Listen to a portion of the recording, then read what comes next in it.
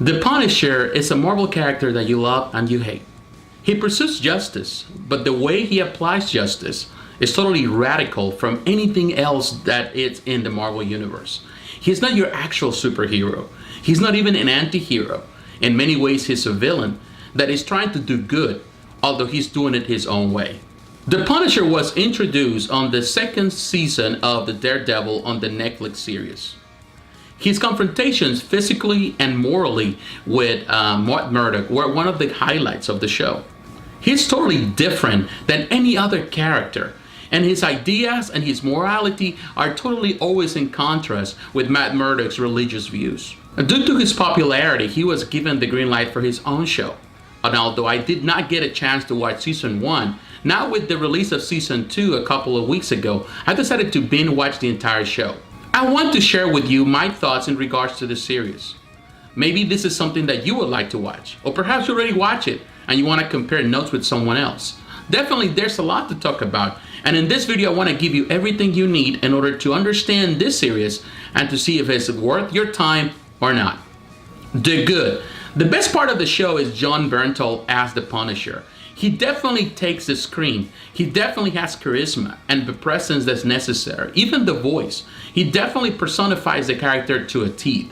His moral dilemmas, his challenges, his battles, his physical brutality, all of that is displayed on camera. We have seen other actors in the past playing the part, but none of them has done it as good as Jon Bernthal has done it here. He's definitely a highlight of the show. Also, in season 1, we introduced a different array of characters. Many of these characters have been in comics, many have not. But definitely everyone brings some weight into the show. Every person has a moral dilemma. They're dealing with personal issues, and all of that is on display. The action scenes are definitely bar to none. Definitely it's a lot of action, a lot of battles, a lot of shootouts, season 1 and season 2. And definitely they're all up to par with any of the others in this series. It's definitely very good to see all this played out. Definitely has the military feel that surrounds the Punisher. One of the greatest highlights of season 1 is the introduction of themes in regards to veterans and the things that they have to deal with. PTSD, coming back home, a lot of the issues not being accepted and understood by the community, by the society as a whole. Definitely all those subjects are on display, and definitely it was a great way to put it. It feels comfortable, it feels correct, and it feels actually what it needs to be said. A lot of the themes here, and all the suffering that a lot of the military families have to go through, definitely all of that, it takes a political stance, although it's not political. It really emphasizes the situation. It really presents the problems. It's not looking for the solutions, but it presented it to our people to really look at the situations and the sufferings that a lot of our veterans have to go through. The bad. Although the show has a lot of moral dilemmas and it presents a lot of cases of a lot of situations that we need to understand as a society, it definitely drifts away from that main message in the beginning.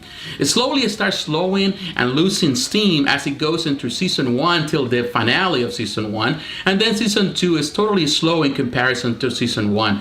There's a lot of dilemmas here, but there's no answers to the problems. It doesn't find solutions. It only presents the violence, the situations around Frank Castle. At some point you feel that Frank Castle is losing his own grip of reality. He becomes very violent, just as a monster that is just coming loose and trying to live a life that he is not meant to do.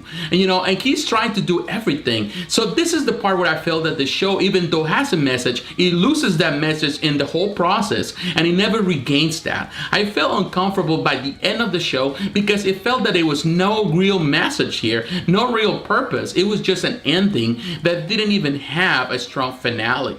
There are many subplots in this series. Definitely so many, particularly in season 2, so many different threads, but nothing comes with a real conclusion that really can everyone understand. There's so many different lines here, so many different subplots, so many different situations with so many different characters. And although there are not many characters, each one is bringing some weight to it that it gets a bit confusing and muddying the entirety of the show. So definitely that's one of the saddest parts and disappointing parts, because by the end of season 2 all I wanted is for the show to end because there was no real conclusion to any of these threads. I also want to point this out. If you're planning to watch this with your family or with your spouse or any other person in your family, consider this. This is not, and I mean not, this is not a family film. This is not a family-oriented film. You have to follow the rating. This is definitely very mature. There's a lot of foul language, and there's violence, there's gore, and some of the themes here are very strong for younger audiences. So for people that are not really have the heart or the stomach for it, it's definitely in a different level of its own, and you have to respect that. Yes, of course, this is the character. You have to understand the Punisher is not playing nice. He has never played nice. This is at its core a Punisher series, so definitely you have to always keep that in mind.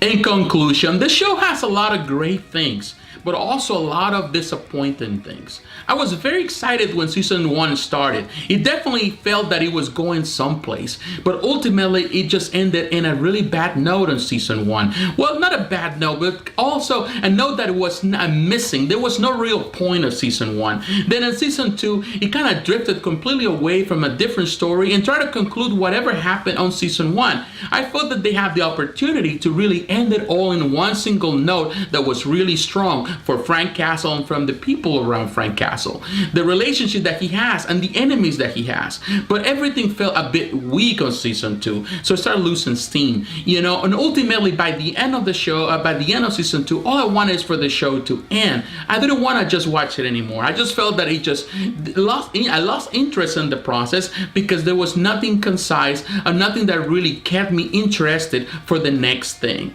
So if I have to give a note to this, I have to give a qualification to this, I will say season 1 is definitely a 7.5, which means that it's a very good film, and it loses points because some of the things that I mentioned before. Season 2 is only a 6.5, which is an average, above average series. Now, if you want to put them all together, I definitely consider the show a 7, which is good, and I think that's just a fair number for this type of shows. Yes, the cinematography is great. Yes, John Bertel is great. Yeah, some of these characters, they play the part great. The action is great, but the thematics, the theme, the story, it just drifts away from the reality of what you really wanted to watch at the beginning, and definitely that's a sad part. It's definitely a 7, and I stick with my note. Now, what is your opinion about this? Have you watched The Punisher? Are you planning to watch The Punisher? Perhaps you have a different view of mine. I would like to hear it. Share your thoughts below. Please don't forget to like, comment, and subscribe. Hit the notification button so you're reminded of the next video, and consider supporting this channel to Patreon. So God bless you. Have a great day.